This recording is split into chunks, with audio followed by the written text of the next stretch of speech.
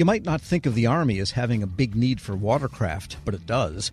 Like when it has to move tanks from point A to point B. In fact, the demand for watercraft is rising, but the Army's fleet is shrinking. The Government Accountability Office has a few recommendations for what's becoming a critical problem. The GAO's Director of Defense Capabilities and Management Issues, Diana Maurer, joins me now. Ms. Maurer, good to have you back. It's great to be back on the show, Tom. So the Army has a Navy, you might say? The Army has a Navy. I know that surprises a lot of people. But for many, many years, the Army's had a number of what they call vessels. They're very careful not to call them ships. They're vessels to move material and equipment around the globe where it's needed. If you go back in history, there were times when they had several thousands of these. The size of their fleet has shrunk. They now have currently about 70 of these watercraft that are designed to move equipment and material, and effectively to move them in really what the Army calls austere environments. So not necessarily where there is a port. These things can sail across the ocean. They can sail in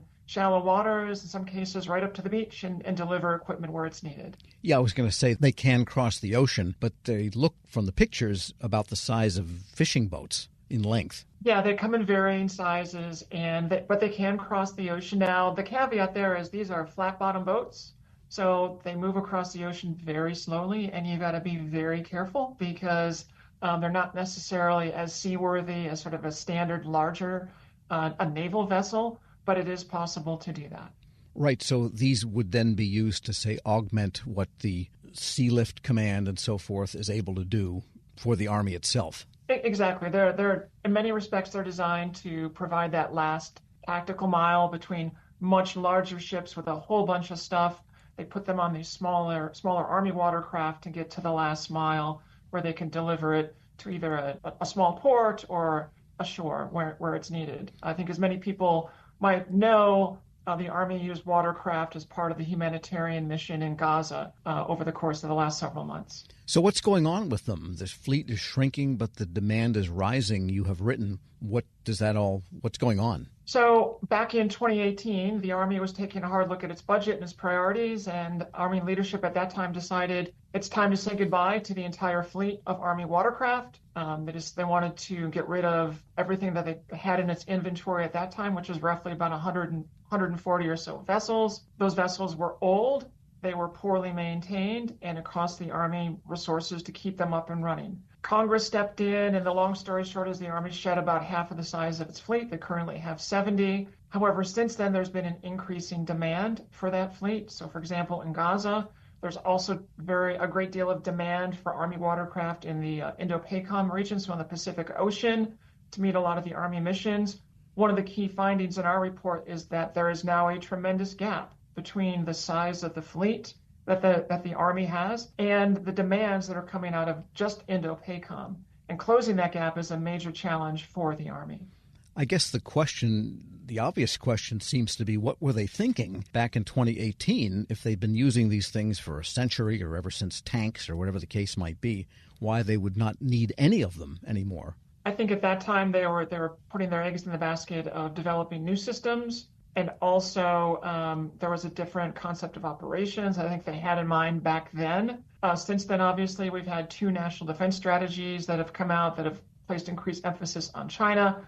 The Army's developing different units that are more focused on the Pacific than they were. So there are a number of things that have changed in the strategic environment that have increased both the importance of Army watercraft as well as the demand for their use. So I imagine in whatever scenarios they're working on, these would be needed, say, in and around Taiwan. Potentially, right? The Army, if it's going to be moving some of its units between different islands, they need to move the material, and they can rely on their watercraft fleet to do that. Now, of course, one of the main problems that we found is that Army's watercraft are in very poor condition. The Army's goal is that 90% of its fleet should be fully mission capable, which means ready to go and operate as desired. We found that in 2024, the Army's actual rate was about 35%. So that's a tremendous gap. That's a significant problem. And it's grounded in the fact that these are very old, very poorly maintained, and there are big gaps between what the Army wants and what they're capable of doing. Yeah, grounded is a good word.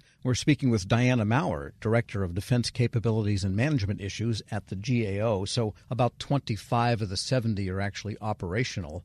and now they need even more than the 70. So what are you recommending? They don't have time to develop new, and acquire new ones anytime soon. Right, exactly. So the Army is in the process of thinking about building new systems, but those are still several years off. So we had a couple of recommendations to the Army. One was, you need a bridging strategy, right? If your strategy was build new watercraft, maybe that's great, but those are going to be many years down the road. So you need to think about, what are you going to do in the interim? Are there things that you can do? Can you rely on craft that are available in the private sector? Can you work with others to bring other craft online? They used to have a reserve component. Do you want to resurrect those? There are a number of different options that the Army could consider. And related to that, we had a second recommendation that the Army take a hard look at the costs and benefits of trying to close this gap, or trying to bridge that gap between what they currently have and what they're planning to build in the future. Both those recommendations are critical to getting the Army to where they want to be, and the Army agreed to take actions to address both. And you reference a group called the Army Watercraft Governance Board. Is that something that has arisen because of this need, or has that been around for a long time?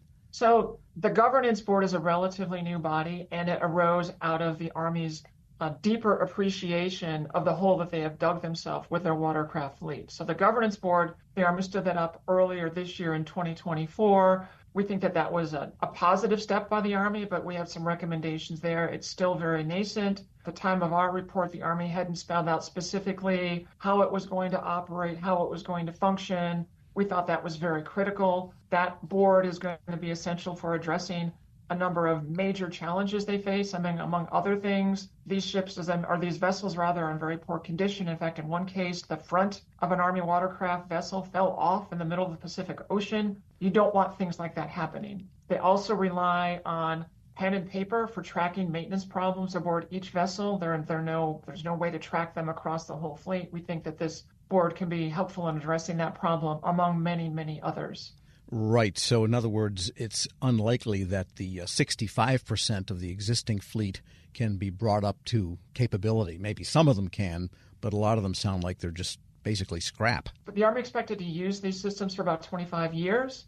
Most of the watercraft that we looked at are 30 plus years in age. Some of them are being modernized right now, and they're planning to use them up to 40 years. But, when they're being used beyond their expected life, when the demand for their use is increasing, and when for a number of years the Army just basically hit pause on maintaining any of them, it's not surprising that they have a fleet that's in really shoddy condition. And what about the workforce? Because it takes a specialist to operate them and understand how they work, and you need captains, so to speak. You do, and the Army, they do have crews aboard these vessels. In fact, one of the things that we found was that the Army has been delayed in updating manuals for how to operate systems aboard these watercraft. Because the manuals are not updated, the Army has to bring contractors aboard the vessels anytime they're operational. That incurs costs. So we identified a few $1 million in additional costs that the Army's had to bear simply because they have to have contractors aboard the vessels before they can do anything. So there's a whole host of problems facing this fleet. But they understand what they need to do now, it sounds like. They do. Certainly our work got the attention of senior leadership at the very top of the Army, so that is encouraging. The fact that they agreed with all four of our recommendations, and they say they've started to take actions to address all four of those recommendations, is also encouraging. As you know, Tom, we follow up on our recommendations, and we'll do that, and we hope that the Army is able to implement them fully and quickly. Diana Maurer is Director of Defense Capabilities and Management Issues at the Government Accountability Office. Thanks so much for joining me. Thank you very much. And we'll post this interview along with a link to her report at federalnewsnetwork.com/Federal Drive. Hear the Federal Drive on demand. Subscribe wherever you get your podcasts. Raymond Lamone's commitment to public service is rooted in his belief in the power of community. As Vice Chairman of the Merit Systems Protection Board, Lamone views a deep understanding of human capital as essential to effective leadership.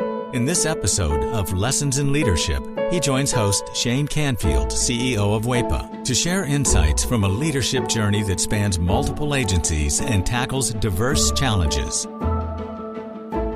Hello, and welcome to the Lessons in Leadership podcast. I'm your host, Shane Canfield, CEO of WEPA. And today I'm joined by Raymond Lamone, Vice Chairman of the Merit Systems Protection Board. Ray, welcome and thank you for joining.